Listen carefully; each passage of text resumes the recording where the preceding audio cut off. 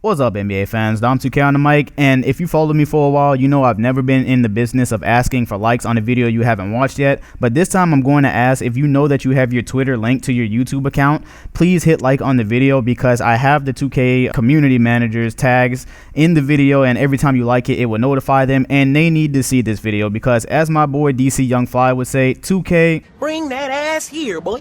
Check out this beast-ass stat line I got with Tracy McGrady earlier today. 25 points, 31 assists. Y'all know he's my favorite player. I balled out with him. How do you get 31 assists with a shooting guard? But wait, that's not even the best part of all this. Best part, I got 43 points with Yao Ming on 19 and 25 field goal shooting, and I did that against Wilt Chamberlain. You know anything about Wilt? He was a beast on defense, and you can see that stat line was pretty monstrous as well. I beat this Laker team by about 40 points, something crazy like that on Hall of Fame difficulty. Now, am I bragging a little bit? No, not really. I mean, you probably just think I'm just damn good anyways because I've been playing 2K for a while. Not in my wildest dreams. I am not this damn good at 2K. See, actually what happened was 2K decided this year they were going to sell us a full price game that they did not even take the time to work on specific factors of. And for a game that has been coming out annually, this is just unacceptable. Just take a look at this BS. So if you follow my channel, chances are you're a basketball fan, and chances are if you're a basketball fan, you probably watch Chris Move as well. Chris Move came out with a video a couple of days ago talking about double teaming in 2K My Career mode, and basically 2K has found a very not creative way to keep you from scoring and averaging like 60 points. Basically every time you cross the half court line, they double team you as hard as they can and force you to give up the ball. It's not creative, but I guess it works to keep you from averaging like 60 points. Now this is on My Career mode. I rarely play My Career offline. I've just never liked it. It's always been kind of fake to me how you can average like 100 points. I just never have fun from it, so I don't use it. And I was watching Chris Moore's video. I was like, oh well, you know, that's BS, but I haven't experienced it yet. So I picked up the Rockets today, and I got hot with T-Mac because obviously I wanted to play with Tracy McGrady. That's my favorite player. And come to find out, it's not just My Career this mode happens on. This happens on regular games offline. So if you're playing My League, My GM, you know, exhibition game, it happens in those modes. But wait, it's actually game breaking when you do it on those modes. See, on My Career, all that happens is you pass the ball and your teammate may be too stupid to take his open shot. He might not, you know, exploit the defense the way that he really can because AI in My Career has always been questionable. But what's not questionable is a player who's playing 2K against the Hall of Fame. His skill is probably not questionable. And where that becomes a problem is the 2K defense offline when you're not in My Career mode, it does not think for itself. Not only do they double team like madmen every time you cross the half court line and you have a hot player, they do nothing to cover the person that they're leaving open. Honestly, I could go on a huge rant, but I'm going to save that rant for the end of this video. Right now, I'm just going to go straight into the gameplay because, man, just watch this shit. This is ridiculous. Okay, so we're going to go ahead and roll right here for Exhibit A of how stupid this defense is and how 2K put absolutely no effort into it this year. When a player gets hot on your side, their only goal is to get the ball out of that player's hand. They don't care what happens after that. Now let's go ahead and hit play on this video. So as you can see, I have Tracy McGrady here, Gail Goodrich is guarding him, and in this picture that I have right here, you can already see Wilt Chamberlain has turned his body because, well, he's pretty much ready to go ahead and start his double team to get the ball out of Tracy McGrady's hands. I hit play right here, and he's left Luis Scola wide open. Now I'm gonna pause. Now, it makes sense to leave Luis Scola open on the three-point line, especially back in these days, because this is before the days where power forwards were shooting hella threes. Luis Scola is sitting right here wide open, nobody's reacting. Okay, cool, whatever. Now, by this point, I had already found out how stupid the defense was, so instead of just passing it to Luis Scola on the three-point line, I figured, you know what, I'm going to manipulate this defense because they're not going to react. Watch this. I press play. Luis Scola has started his cut to the rim. Right here, when he's at this little corner, this right corner right here, nobody has made any kind of effort to react. There's a straight line to the goal. I can get a wide open dunk. Nobody on the floor is reacting to me. I'm paused right now, and as you can see, I have a wide open goal. Elgin Baylor, I'm pretty sure this is Elgin Baylor over here, who just has his hands on his hips. You have Jerry West, who's going to sit here, and for some reason he wants to guard Bobby Jackson, who really can't shoot three-pointers that well. And then you have Shane Battier, who's being covered in the corner. Now, that is kind of a far run to make, so he's not going to leave Shane Battier wide open. That does collapse the defense, but again, it shows you how this double teaming is so stupid because it's very counterproductive. You leave everybody else open, and as you can see, Luis Scola gets a wide open, uncontested dunk. Elgin Baylor is years late to try to recover that. Now, you might say, well, in that play, Elgin Baylor actually tried to block him. He was just late. Okay, you know what? Whatever. I'm going to go ahead and show you a different play then. We'll get off this one.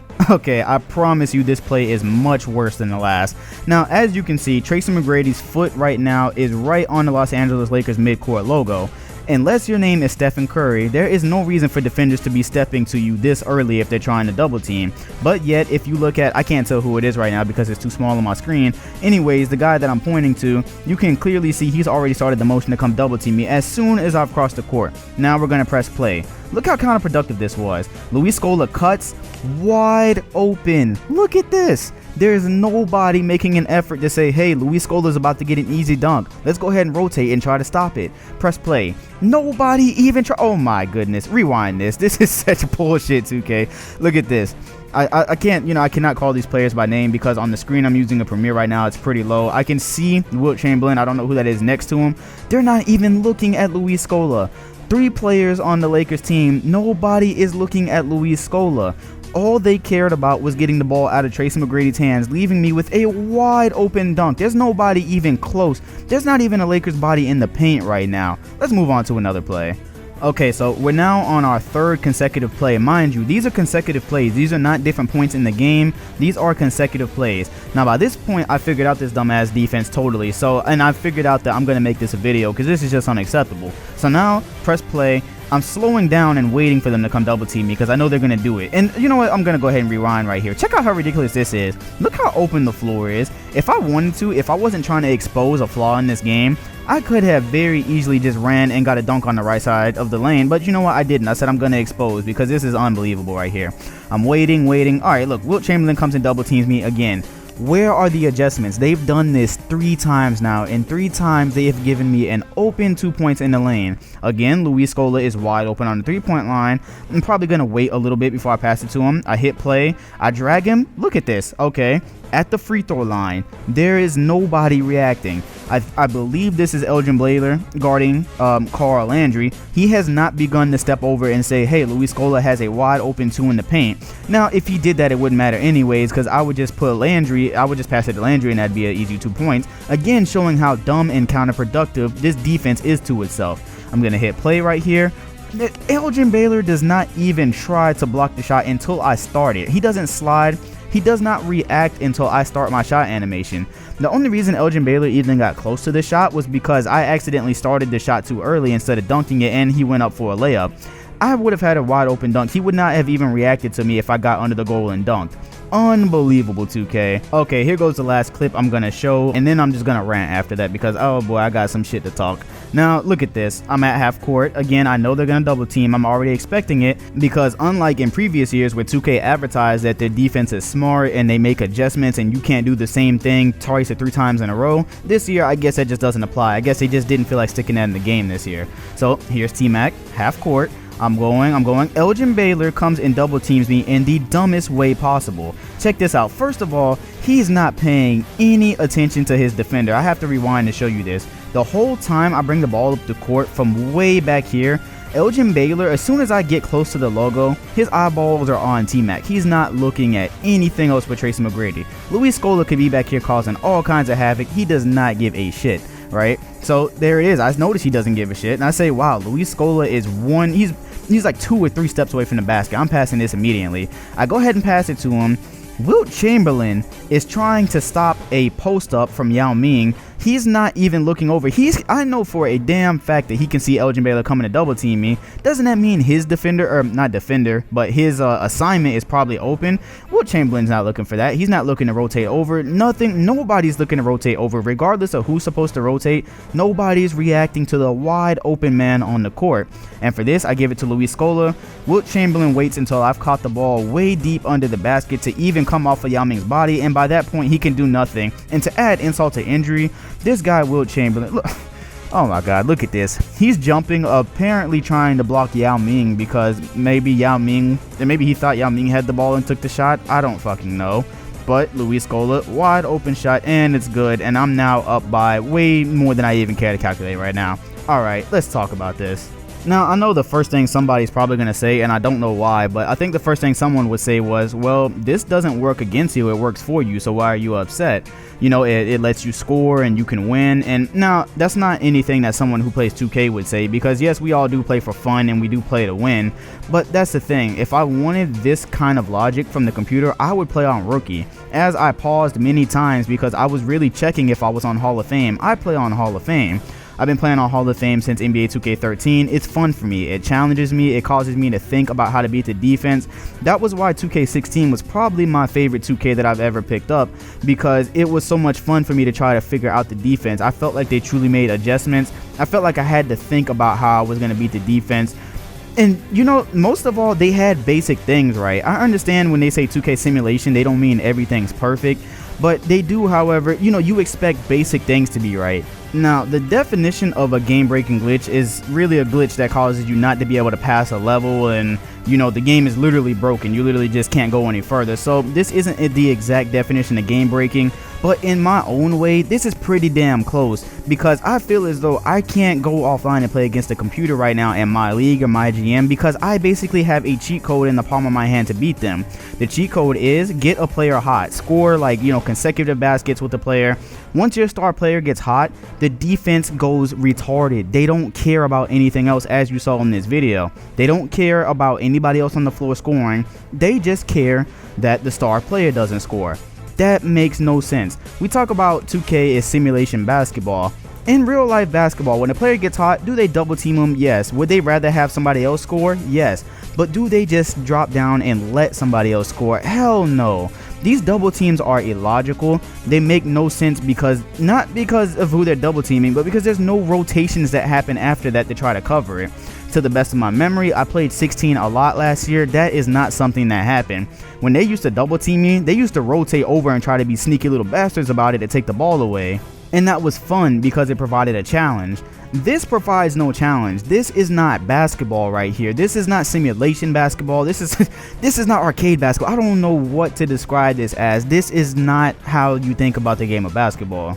Now that I'm done showing the clips, 2K, there's some shit we gotta speak about. You've seen the clips, you've seen what's wrong. I gotta speak to you guys directly, because this is just ridiculous. It's unacceptable. Just check this out for a second. First off, I am not the first YouTuber to roast the job you guys did on artificial intelligence this year, because it's flat out horrible. There's not even an argument with it. Chris Move has already put it on blast where his own team wasn't making logical rotations that any NBA player would make. I don't want to hear that crap about IQ and this and that. No. These are simple rotations, simple decisions that any player should be able to make, and they got wide open for that, okay?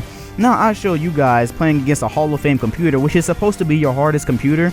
They're incapable of making basic decisions of when they should double team, when they shouldn't double team, and if they do double team, what should happen after that. That's a borderline glitch in this game. But enough about the glitch, because I've been going on about that for the last 13 minutes. Just listen, I saw that you guys were happy that you were able to move the release of 2K17 a month early, because normally the game comes out in like October, somewhere in October. This time I think I purchased the game on the 16th, the early access, and I saw how happy you were to move the game up a month early. What is there to be happy about if you move a game up a month early and it's half-baked? What is there to be excited about? You guys went backwards on your defense. Your computer used to make adjustments on defense. It used to be something that you had to figure out. Now it's a one-step process to break down any computer defense in this game. That is a terrible look to say you guys were happy that you could make this game and sell it a month early, and you got worse at one of the most critical parts of the game. You got this. It seems like this is what y'all basically did over there on the defense this year. First of all, you didn't even separate what you were doing. You didn't separate my career from the rest of the game. So in my career, obviously, it really seems like the goal was to stop getting people to average these unrealistic 60-point numbers. You didn't even do that creatively. You basically just said, you know what, we don't want high numbers anymore. So what we're going to do is we're going to write whatever kind of code y'all write to say, if the player gets hot, as soon as he crosses half-court line, just stop him. Get the ball out of his hands, period. And you know what? As Chris Smooth showed, that actually does kind of work for my career. Because there, you can't force the AI to shoot the ball. You can't force them to take it inside like they should, because there's a wide open paint. They're just going to play into the defensive's hand, and they're going to keep double teaming you every time. Now, I don't play my career. That's a different conversation. situation. But can I just get a logical response and a logical answer on who thought it was a good idea to keep that same, whatever you call that, program, line of code? Who thought it was a good idea to put that throughout the rest of the game where somebody can actually control the computer and they can take advantage of that? Because basically all you can really say back is, well, don't take advantage of it. Oh yeah, okay, so you're going to double team my best player and I'm not going to pass it to the wide open center under the goal because the defense is too stupid to understand what that means, right? That makes no, oh my god, that is crazy, fam. Just patch it. Will y'all do that, please? Will y'all patch this so that the defense, if this can even be done in a patch, I don't know if y'all can handle something this big in a patch. Can you patch it to where the defense actually thinks logically for itself, right? I'm not going to sit here and roast for 20 more minutes because I actually enjoy the rest of the game. I'm just going to say that is a horrible look for y'all to say, yeah, we released this game, you know, we did a great job. We released this game a month early. You know what? Y'all did do a good job on a lot of the other things. I love the gear in this game this year. The park is plenty of fun. There's a lot of cool stuff in this game. But to have something this basic, that does not give you a pass to screw up something this basic. This is just basic basketball one-on-one. I don't care who else is in this game or what else in this game. That cannot be broken. That is one of those things that can't be broken. So hopefully this video gets enough likes to get attention of the devs. They patch it and we just put this all behind us. I act like it never happened. Everybody's happy. We move on. I don't know how anybody playing my GM on YouTube or you know, my league on YouTube has not ran into this yet, because on Hall of Fame, your player gets hot. This is exactly what happens. I don't know how I'm the first person to see this.